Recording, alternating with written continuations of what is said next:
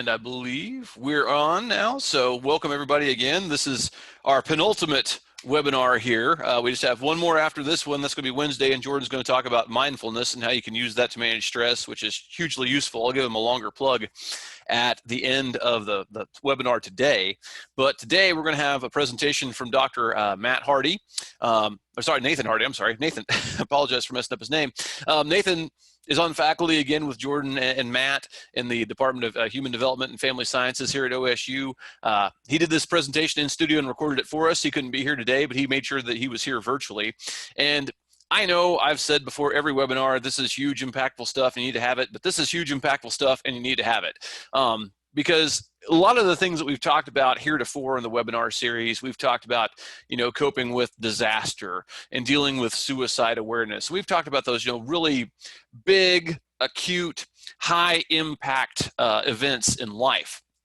And oftentimes we kind of ignore the fact that it's sometimes these cumulative stressors that kind of build up over time that then get us to those big, acute, catastrophic events. And I think one of the most important things that we can do is to kind of manage our relationships with the people that are around us on a daily basis. And if we do a good job of that, we all become more resilient because we've built our support network around us. It's there and we're maintaining it well, as we go along. Conversely, I will say as a farm kid that I never heard language used by my parents, like when we were building fence or working cattle or having harvest. And you wouldn't talk to your hired person like that, but we feel like it's okay to talk to our family like that because, they're stuck with us. They're not going anywhere. And as I've grown and matured, I've started to realize that's probably a really bad human resources management philosophy. Like maybe I should be really good to the people that are stuck with me because they are stuck with me and I might be stuck with them. So maintaining those relationships in a positive way might not be a bad idea. So Nathan's going to do a fantastic job of kind of talking through how do you communicate your feelings to the people around you in a stressful environment. But I think maybe even more importantly, how do you listen to people in that environment and how do you respond in the most impactful way? And I know that as a guy and as a farm kid, my reaction is always fix it. And sometimes fixing it is the right response, but not as often as you would think. Usually the right response is just listening, empathizing, and connecting with that person. So with that, I'll be quiet. I'll let Nathan do the heavy lifting today, and I'll make sure that I'm sharing my video and hopefully sound. If you guys cannot hear the presentation or see it, just let me know over in the chat, and I will make sure that I fix that. But with that, hopefully, here we go.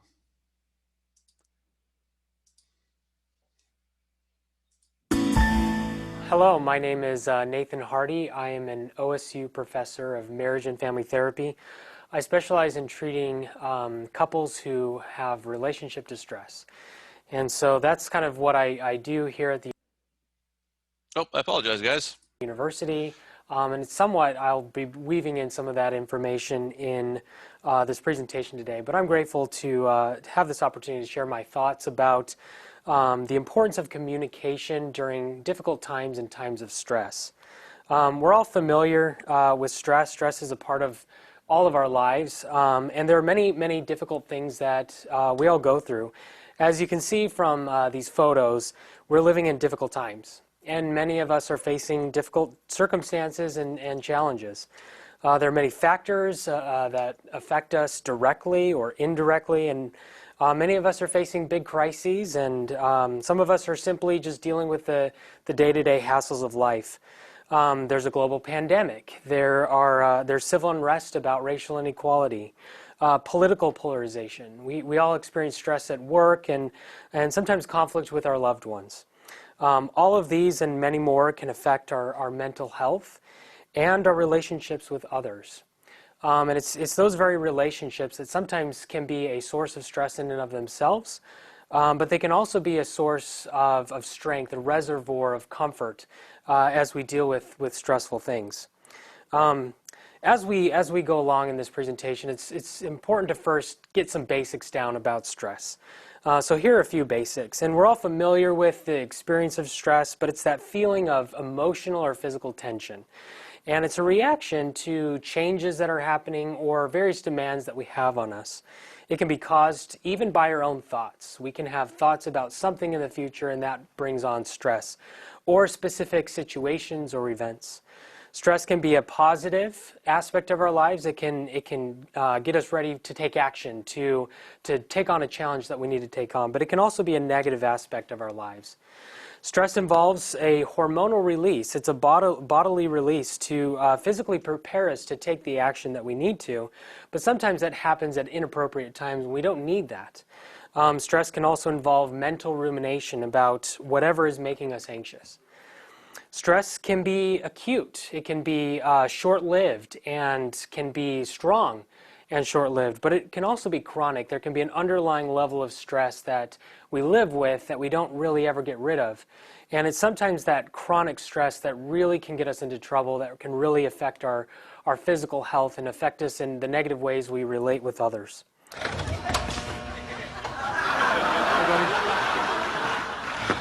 I'm on no sleep. No sleep.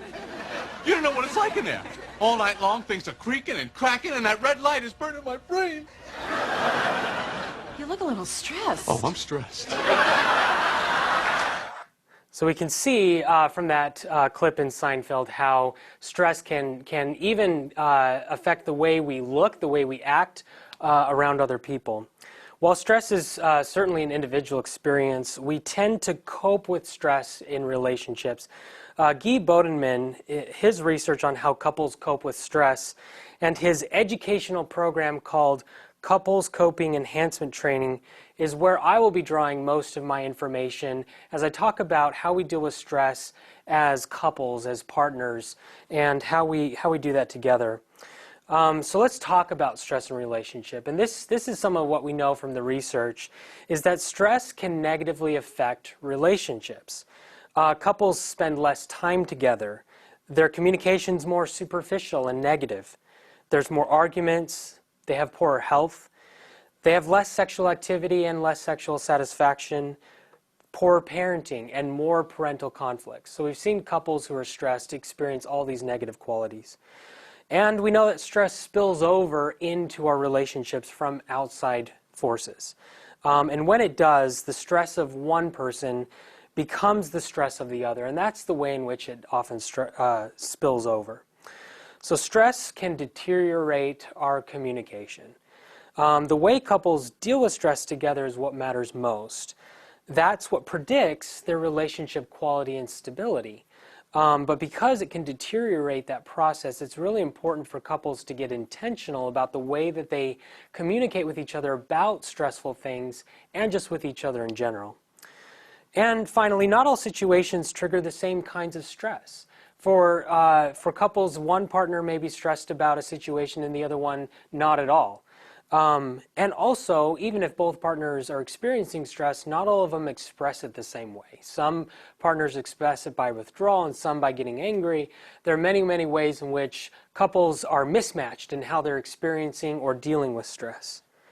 There are actually three different types of stress that we like to talk about. One is our critical life events. And these are things like severe illness, accident, the death of a loved one, unemployment, natural disasters. And natural disasters can affect our very work. Traumatic events, the sudden loss of resources or financial disaster, etc. Those aren't as common or frequent as other stressors, but they can be devastating and can really affect the way things happen in relationships. Developmental changes. All of us are going through developmental changes during the course of our lives.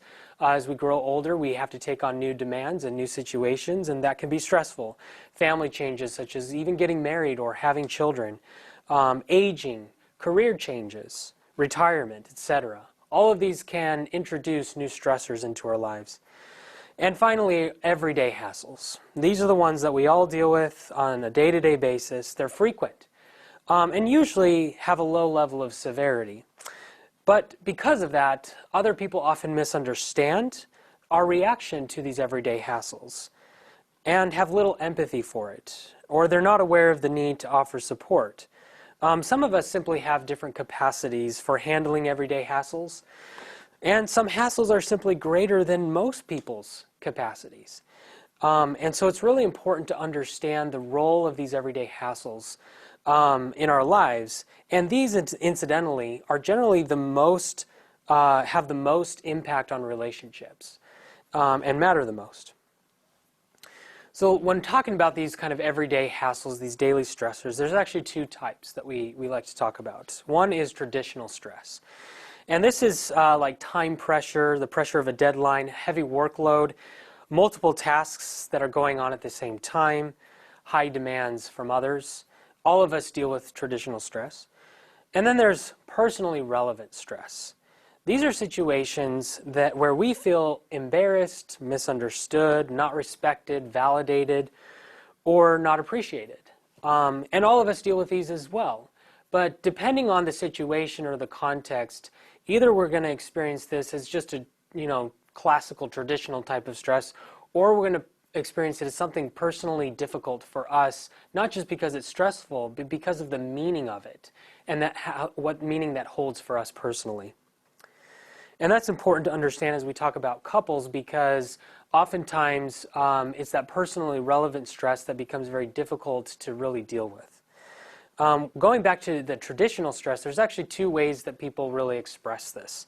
Either through this kind of outward expression of anger, irritability, impatience, high proneness for arguments, whereas there's this more inward type of expression, which is withdrawal, having no interest in social activities, or just having this internal wish for rest or peace or to get away from it all. When it comes to personally relevant stress, it's important to recognize, is that what's going on for me or for my partner? And there's various signs that can tell us whether that's happening. One are strong emotions.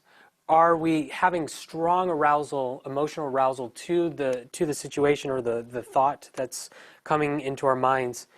We can have a broad range of emotions. And that's a sign if we have multiple emotions like anger and sadness and shame and fear. Or long-lasting emotions. Do they occur over days, weeks, or even months? And finally, we could have a bitter aftertaste when we think about the situation. Those are classic signs that the stress is not just traditional, it's more personally relevant. It's also important to understand how stress emerges, how it begins to arise. Number one, we have baseline conditions. We all have our mood at the time that we deal with a stressful situation or thought. The situation itself may be a factor in how we deal with our stress. And our very personality obviously impacts the way we experience things, the way we react to things. And then we have what's called a primary appraisal. This is our first kind of way of thinking about the stress. It's the significance and the meaning that we attach to the stressful situation. And that can be a neutral significant or meaning. It can be positive. Or it could be negative or stressful to us. And then we have what's called the secondary appraisal. And this is where we think about what are the demands that are being placed upon me, and do I have the capacity, do I have the resources to meet those demands? And those demands and resources can come from within ourselves or from others. And going back to this idea of how stress really impacts the relationship. Again, we have this spillover of stress. We have a stressful situation in our workplace environment or in life in general, and then that spills over into the relationship. And the way that works is where one person's stress is crossing over to the other person, either by them bringing the stress home in an expressive way, or kind of hunkering down inside themselves. Either way, it affects the other person. So stress is always a relational thing. And it acts like a stress contagion, creating this tension and these arguments inside the relationship. So what I'm going to do now is show you 4 steps to dealing with stress together. Because this isn't just a solo activity, coping with stress. This is a relational factor. And so the first one is becoming aware, realizing your own and your partner's stress, becoming aware that that's what's going on. Then opening up, talking about your own stress. Listening with interest to your partner's stress expression, and finally providing support, adequate support, matching your partner's needs. And I'm going to go through each one of these. First, becoming aware. So you need to look for the cues of stress, both inside yourself as well as in your partner. There are verbal cues. Statements about stress is an obvious one. People describing their negative feelings, having devaluation of their own self, engaging in reproaches or blaming or criticism, etc. Any of those can be signs that the other person is stressful or that you're stressed. And paraverbal cues. These are the cues of the tone of voice. This can be an irritated tone of voice, impatient, raised, trembling, loud or quiet, slow or rapid. There's also nonverbal cues to be aware of, like body posture, withdrawal, neediness or clinginess, trembling, sweating, groaning, whining, sighing, cold hands, heart palpitations, or avoidance of eye contact. All of these can be signs that one is stressed. It's important to ask your partner, what is wrong? What happened? You look different. Is something bothering you? Or you can ask yourself similar questions. What is happening to me right now? What am I feeling? How am I acting? What is triggering me? Those are all great questions to ask, to become aware. And then second, opening up. Talk about the meaning of the stress, not just the stressor itself. Oftentimes when we talk about something that's stressful, we share the story, right? It's story time. And it is important to talk about the story, but how it's impacting us and why it might be impacting us is more important, which I'll describe briefly. Describe shortly the situation that stresses you, and then talk about your thoughts and feelings in the situation. Talk about even deeper emotions, and focused on the strongest feeling that you're experiencing. And is this related to a personal theme? Is this personally relevant stress? Why did the situation bother me so much? Is a question you can ask or share with your partner. What has it to do with me personally? Sharing those things is really important and can really help trigger empathy and understanding in the other partner. There are actually three ways that people usually open up. First is neutral, superficially talking about the stressor. They're not giving much information at all. Implicit is where they're giving a hint about it, but not a lot of detail. And explicit is where they give much more detail about how and why it was stressful. This is usually easier to understand for the other person, therefore it becomes the most important way of communicating. Because again, if you're going to open up about your stress, then you're trying to create an environment where your partner can be understanding towards your experience. And then listening with interest. So this is for the other partner who's being shared a stressful circumstance, and they need to listen with interest. So give time and space. Don't push or rush the other person. Just listen, and don't offer premature support. And I know this is true for a lot of men, but it can also be true for women, that we like to give solutions. We like to fix it. We have a very strong fix-it mentality. And it's important for us not to offer premature fix-it solutions. And that's true for men as well as women. We all want to be heard first and understood before we're given solutions. No intrusive questions. Sometimes we pick at the other person because we don't like that they're stressed, and we ask questions that will try to challenge them in some way. So just ask open-ended questions. What, how, and why. Reinforce partner sharing by nodding, offering acknowledgement, etc. And listening, ultimately, it helps us understand, empathize, and then offer meaningful support. When we talk about providing meaningful support, there's actually two types. The first is emotion-focused support. And the second is problem-focused support. And I'll describe each of these separately. Emotion-focused support is where we're showing that understanding and empathy. We're offering maybe some encouragement.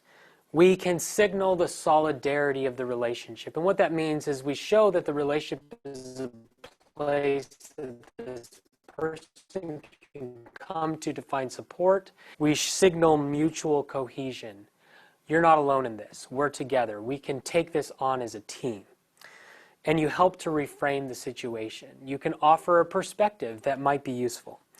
And maybe you can help the other person calm down, not by saying you need to calm down, but by saying, I'm here with you, let's take a minute to think about this. And then problem-focused support. This is practical help with problem solving. And this kind of support is important when it's wanted. We are providing practical advice. We can help our partner get further information about the situation. We can help them find practical solutions. We can also encourage them to find their own practical solutions in ways that will be helpful to them. So what's the difference between these two? When would you use one over the other? Well, first and foremost, emotional support is more important than practical support, in spite of popular belief. And amongst emotional support, empathy and understanding matter the most. Those two are the key. And when it is personally relevant stress, always offer emotional support first.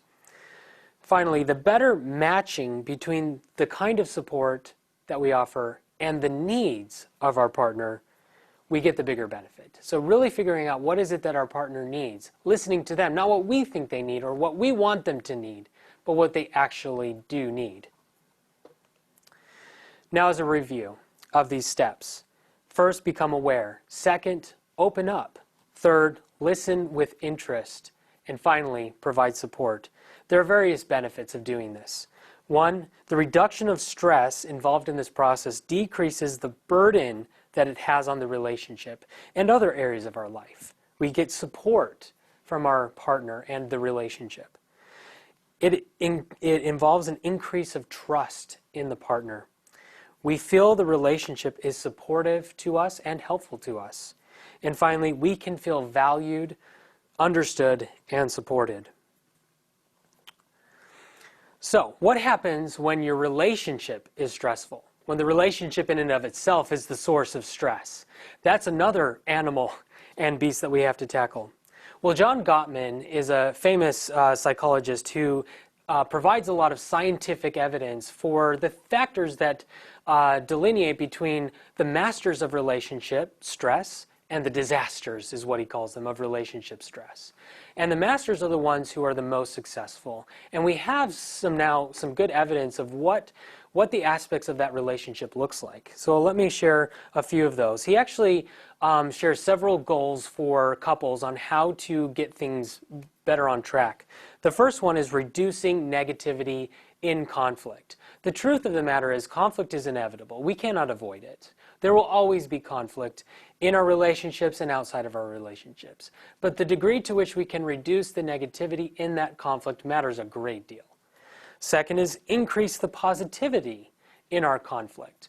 What we often don't realize is that we can bring a sense of positivity to our conflict, and that often makes the difference. The third is to just build positivity into the relationship in general. Conflict can't define everything in our relationship. We have to have other things that build positivity. And finally, having a sense of shared meaning in the relationship. Gottman captures these into what he calls a sound relationship house. So you can kind of think of this as a blueprint for relationship success in dealing with stressful relationships. So going through each of these real quickly: reducing negativity and conflict. So when we have fights, it's important to process the fight with our partner. Oftentimes couples have a fight and they just put it away. But sometimes it can be really helpful to process those fights so they don't keep becoming a nuisance to us. We need to do that with greater acceptance, understanding, and empathy. Apologizing, taking responsibility for our part in the problem, things of that nature. Also, we need to reduce what Gottman calls the 4 horsemen of the apocalypse. This is criticism, contempt, defensiveness, and stonewalling. Gottman says these 4 will ultimately lead to divorce if they're not reduced in some way. We need to begin conflict with gentleness and curiosity, introducing our side of a problem in a gentle way and being curious about our partner's perspective and experience. And when problem solving, when actually needing to problem solve, it's really important to identify what are the core needs that are non-negotiable for you. What are the things you can't compromise?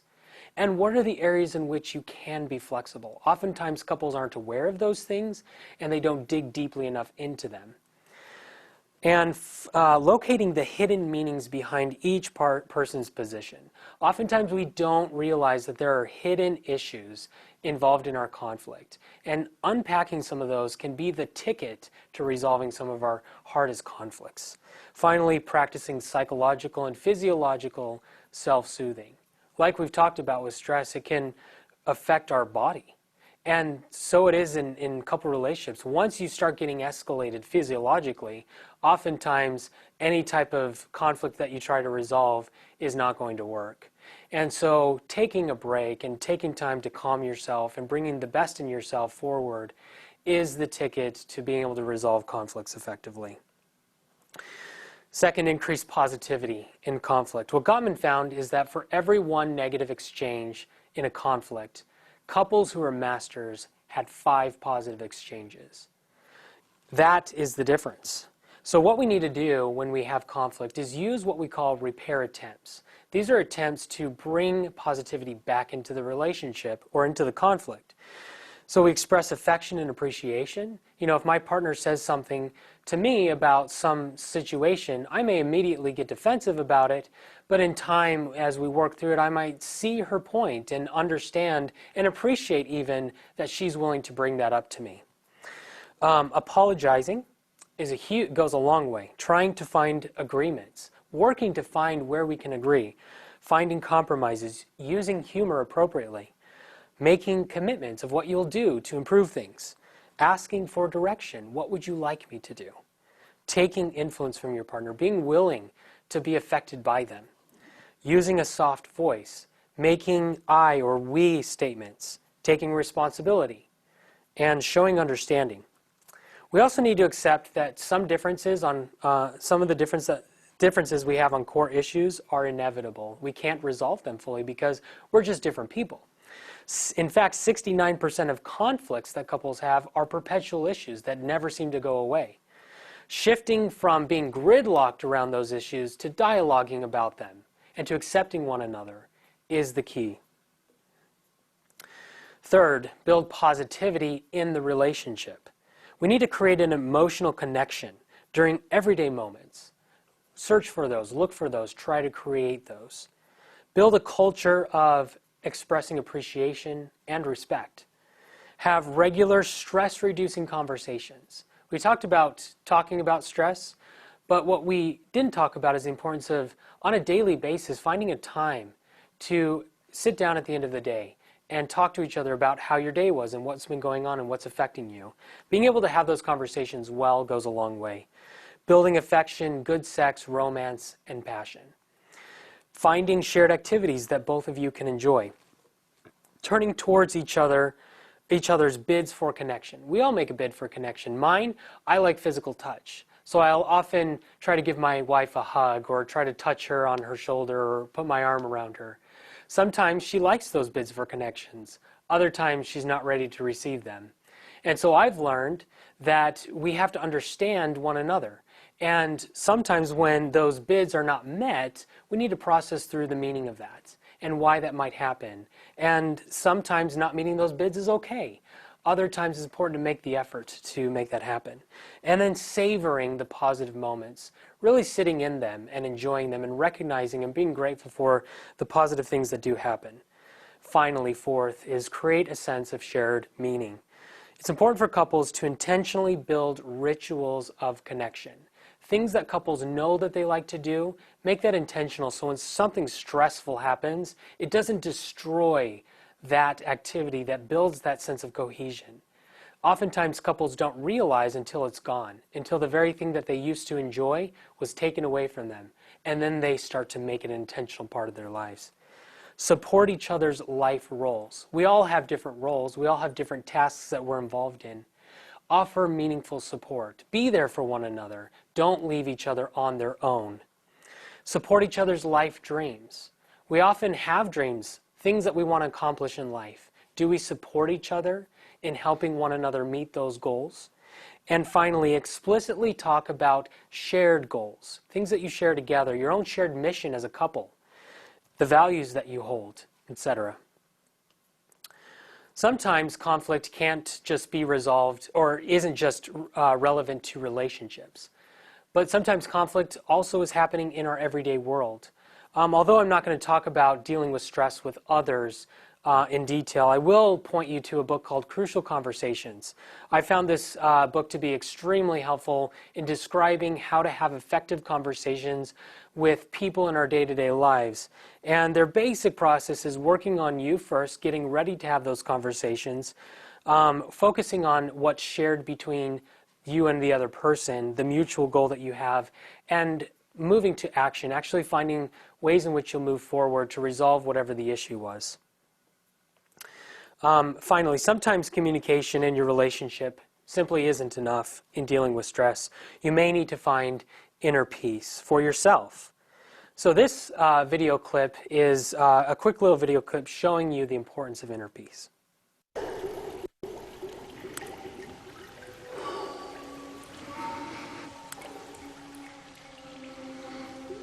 Inner peace.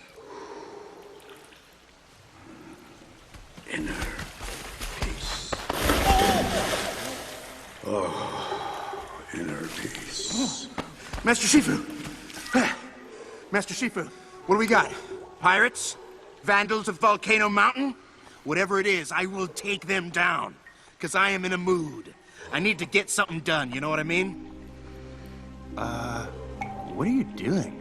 One of Master Oogway's final teachings.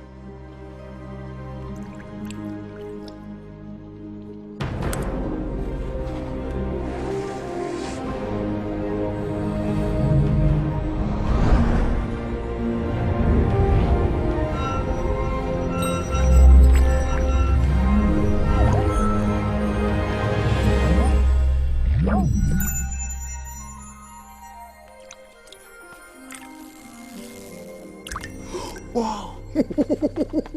Awesome! How did you do that? Inner peace. Inner peace. That's cool. Inner peace of what? It is the next phase of your training. Every master must find his path to inner peace. Some choose to meditate for 50 years in a cave just like this, without the slightest taste of food or water. Or? Some find it through pain and suffering, as I did. Oh, the day you were chosen as Dragon Warrior was the worst day of my life. By far, nothing else came close. It was the worst, most painful, mind-destroying, horrible moment Okay. I have ever experienced. But once I realized the problem was not you, but within me, I found inner peace and was able to harness the flow of the universe. So that's it?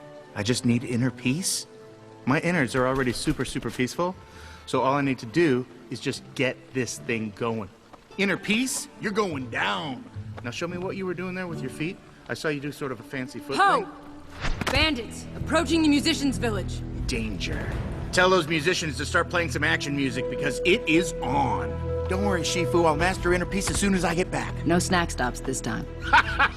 Snack stops.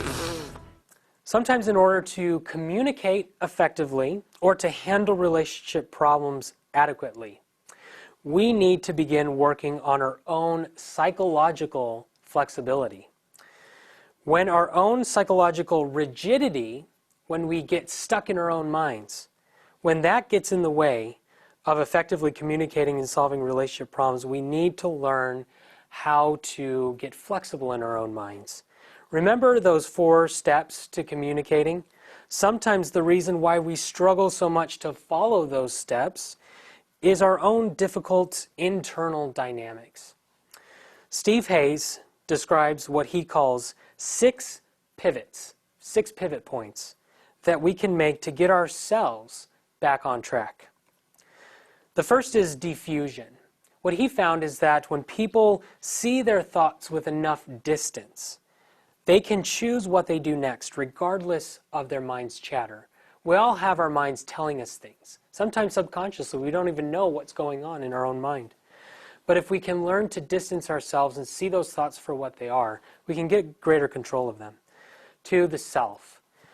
Notice the story that you've constructed of your own self and gain perspective about who you really are. Oftentimes when something stressful happens to us, it means something to us personally because of the way we've built our own sense of self. And so learning to gain perspective about that and choosing what kind of sense of self you adhere to can go a long way in resolving how that impacts you and how you express things the way that you do in your relationship. Third is acceptance. The truth is, we don't like stress. We try to get away from it, right? And unfortunately, a lot of the solutions that people find for dealing with stress are not healthy at all. We live in a culture of turning to drugs and turning to other substances. Oftentimes we make inappropriate choices, purchase things that are not necessary for us just to feel better. So learning to accept and allow ourselves to feel feelings of pain and even a sense of vulnerability, and learning to be there and tolerate that can be an incredibly powerful tool that will allow us to better share what's going on with us, with our partners. The fourth is presence, being aware of what's happening inside of us and outside of us, directing our attention in an intentional way rather than just letting our mind do what it normally does by mere habit, focusing on the past or focusing on the future too much, but focusing more on the here and now. What's going on? What am I feeling? What am I thinking?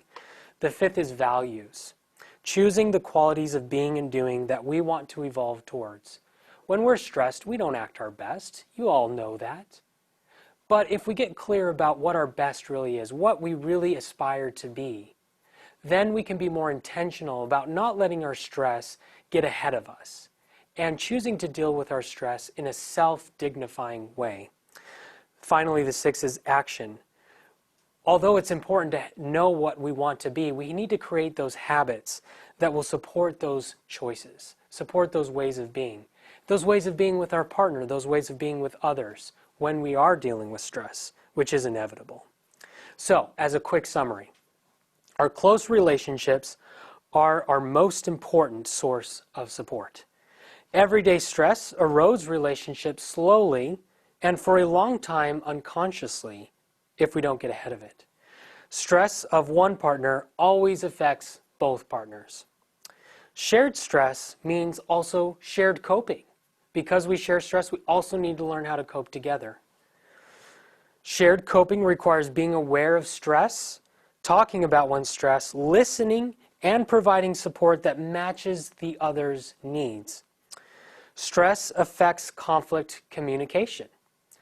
Partners argue more negatively when they're stressed. Relationships can reduce stress when they are healthy. And increasing psychological flexibility is also necessary for resolving personal and relationship stress. I just want to thank you for listening, and I hope that some of what I've provided today might be helpful for you. And I challenge you to think of one thing that stood out to you in this lecture that you could apply to your own life today. Thank you.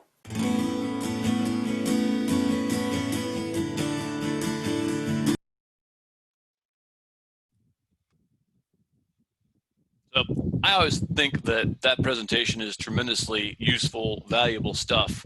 And as Dr. Brosi knows, he helps me with an 8-week pre-marriage class that we have through our church.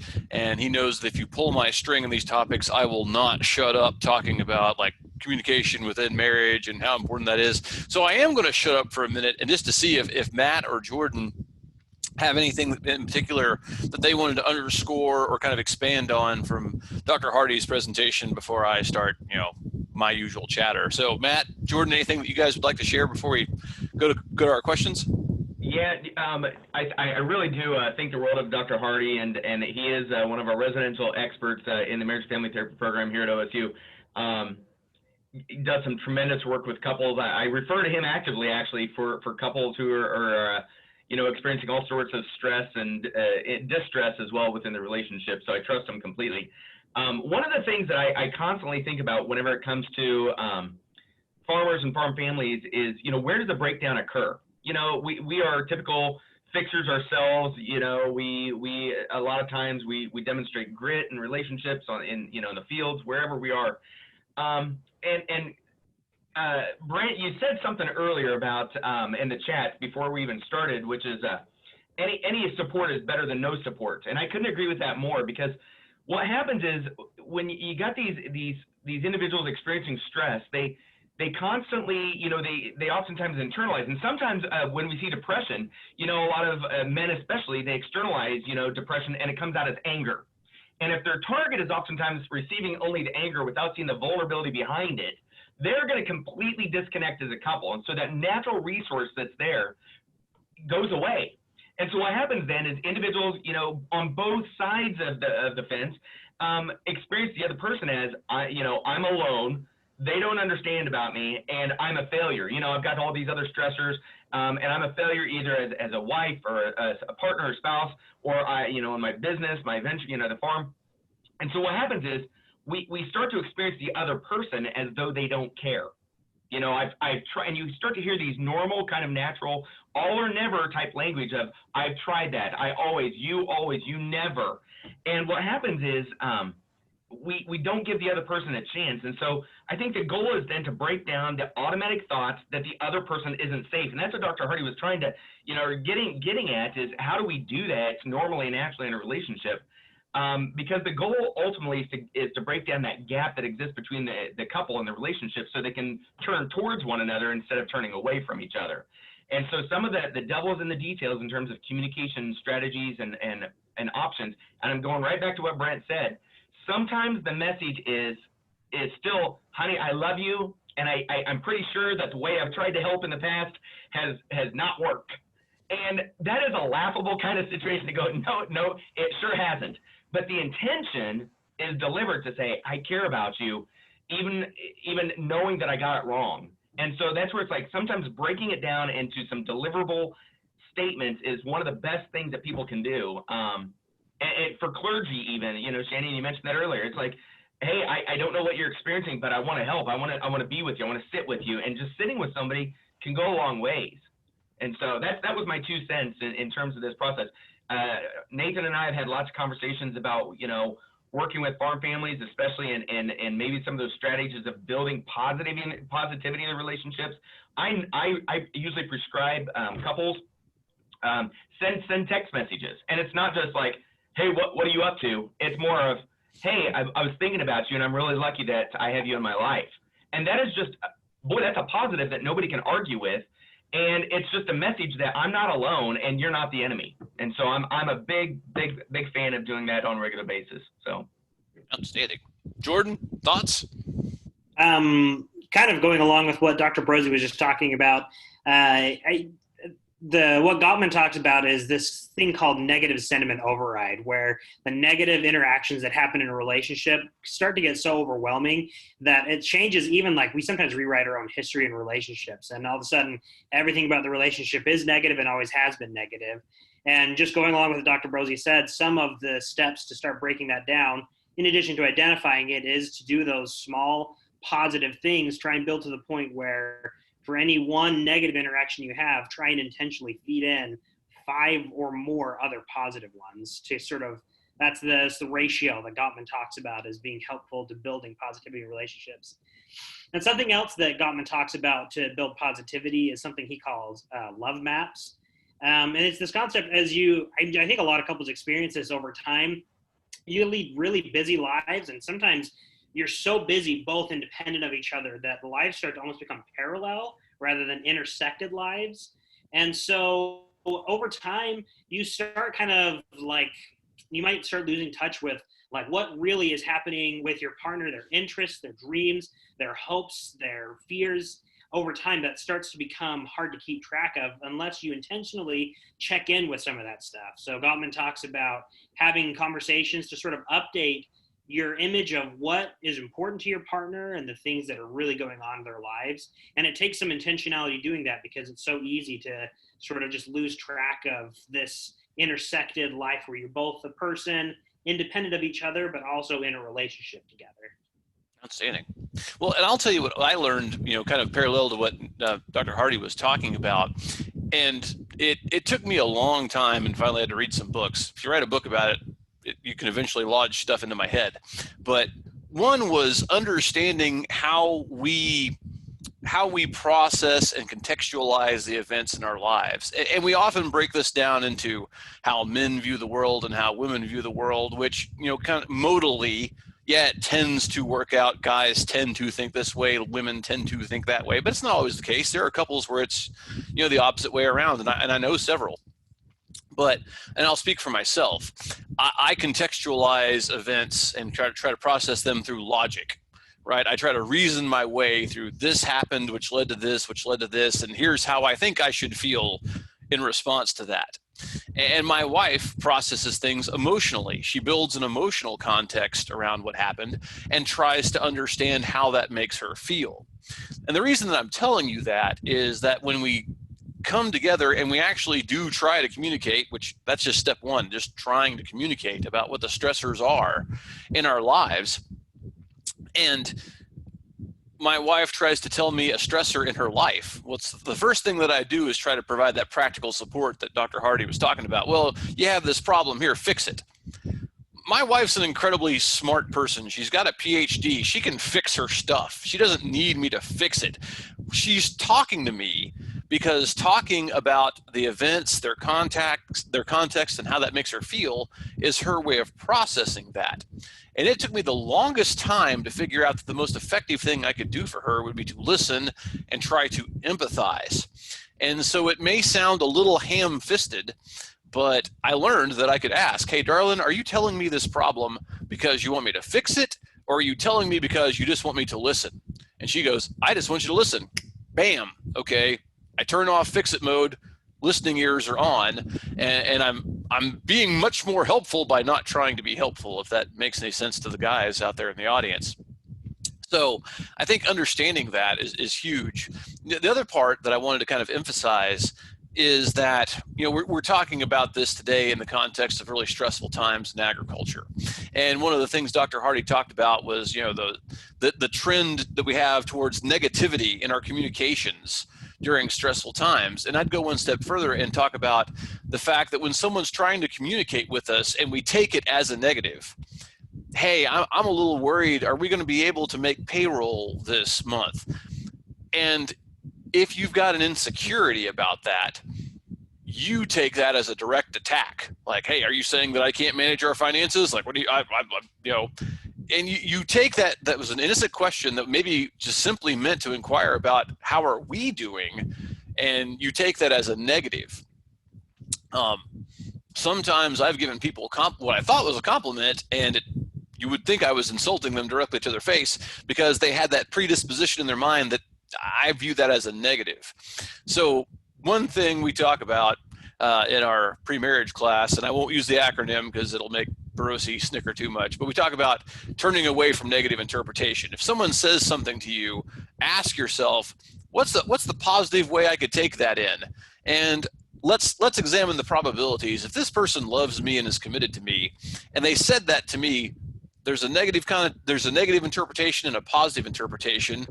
Odds are they meant it in a positive way. They weren't trying to say it in a negative way. And if we kind of start to look at it that way, I think that really makes a difference in how we communicate to our loved ones in those situations.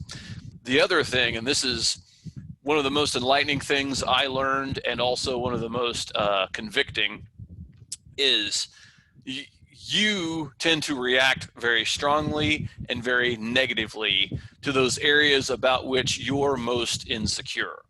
And that's a hard fact for a lot of us to face, and it's incredibly hard to deal with in conflict. But I'm an ag economist by training. I've got a bachelor's and master's degree in ag econ, and I am insecure about finances. Like I work really hard, I think, to make the right financial decisions in our life, but I second guess myself a lot. I doubt myself a lot about that.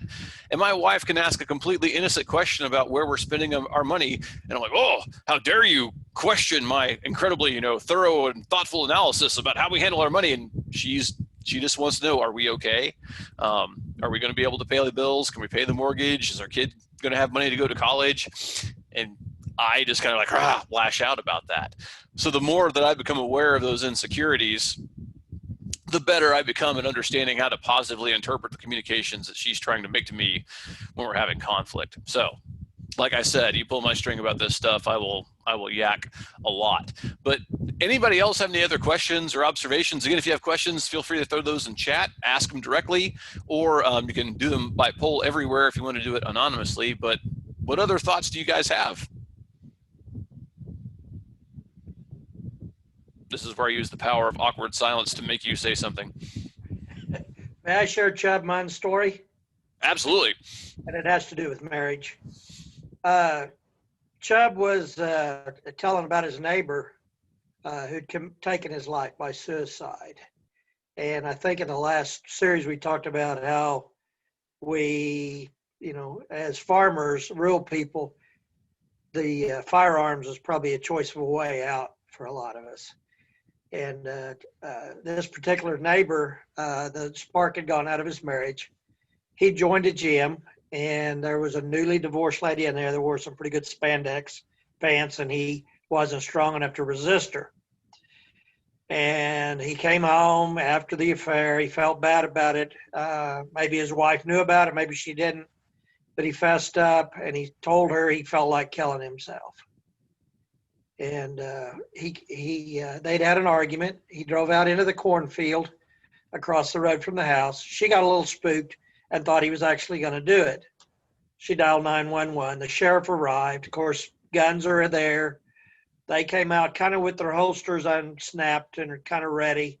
The sheriff did arrive. He knew the gentleman, and they went back in. They called a clergyman, and they actually visited around the kitchen table that night for a few hours. They thought they had the problem kind of put out a little bit, and they were going to set up an appointment at the church to do some more counseling. And she didn't feel easy with him staying in the house that night. She asked him to go spend the night with her parents, with his parents. And he didn't want to do it. And she came out to check on him in the middle of the night. The dining room window was open. It had snowed a little bit. She put on her boots and her coat and went around, and he stopped at the truck to pick up the pistol and went around the barn and took his life. If the sheriff would have said, let's get you, let's have the gun, first of all. That's the first thing you want to do is say, can I borrow the gun for a while until we get this resolved? Take away the immediate, and if it's a woman and she does pills, take the medication.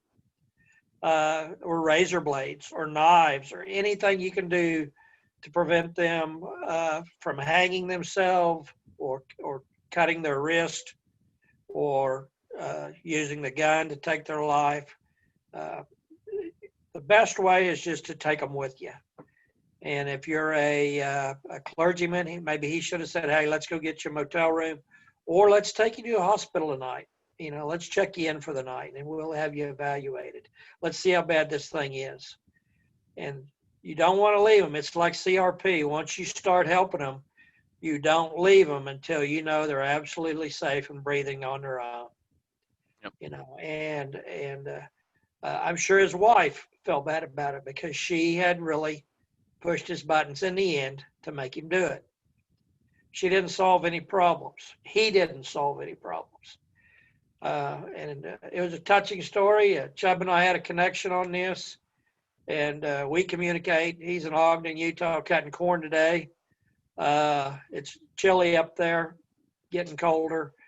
But this is the reason why he took the training, was because his neighbor, he said, if I could have helped, I would have. And he was amazing in his testimonial and amazing in his treatment. As he says, if I have another neighbor do this, I'm not leaving them alone. I'm gonna, if I see the signs, I'm gonna badger them until they get some help. And he says it comes easier from him than his wife, because his wife, she was considered a nag. She probably saw that he had some trouble, and she saw that he was struggling a little bit. And I don't know, the spark went out of the marriage. She didn't see any reason to get back to light the fire again, apparently, and he thought that maybe joining the gym, and that just caused more problems. So I'll leave you with that story. Well, and I'm sure that the marriage and family therapists over here in the Zoom box are just like bursting at the seams, like all the things that you could see in that story. And the thing that I take from that is it's exactly like Dr. Hardy was saying. These little cumulative things in a relationship can build and build unless we actually turn and address them. And, we could have a whole other webinar about, marital issues, infidelity, things of that sort. But, the thing that I've learned in the course of just the informal training I've had in marriage, in our marriage classes, is that it's it's not one massive thing that would cause you to turn away from your marriage relationship. It's the cumulative little stressors, getting bored, feeling like you're not noticed, feeling like you're not valued, and that little stuff building over time is what kind of leads them to perhaps the catastrophic incidences. And in this case, it was a double catastrophe there. But one other thing before I kind of wrap us up, because we're about to run out of our allotted hour time here. Dr. Hardy pointed to the book Crucial Conversations, which I've read. We've actually read it in the context of presenting it as part of our curriculum for family farm transitions. And it is a fantastic book, very practical, easy to read, and it's got implications for every conversation that you have, whether it's with your spouse, your boss, your kid, anybody. And one of the things that we're working on doing is building kind of a bibliography of resources. We've talked about a lot of things that we're putting to our website, but we're going to work on some of those references as well, because those are really useful. Really quickly, if you look over in your chat box, which to me is over here to my right, that's why I'm looking this way, is the survey link. If you guys don't mind filling that out again, Jordan did a fantastic job. It only takes about a minute, maybe like literally 60 seconds to fill that out and let us know what you learned about today. Plug for Wednesday, which is the Jordan Show. We are going to talk about mindfulness, and to remind everyone, it is not you sitting in the lotus position on the hood of your tractor humming to yourself. It is actually an immensely useful tool used by groups like, I don't know, the Navy SEALs. If the Navy SEALs aren't tough enough for you, I don't know who else we can offer there. But a way of dealing with this stuff in the moment, like when you feel something is getting on top of you, how do you achieve the Master Shifu inner peace?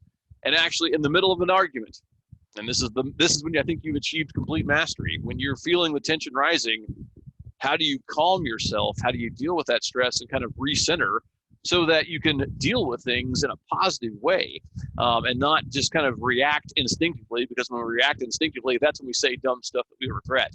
But if we can react intentionally and thoughtfully, man, we can really make a difference for ourselves and for others as well. So tune in for that. That's going to be Wednesday at 10 a.m. Anything else from Matt, Jordan? Anything else?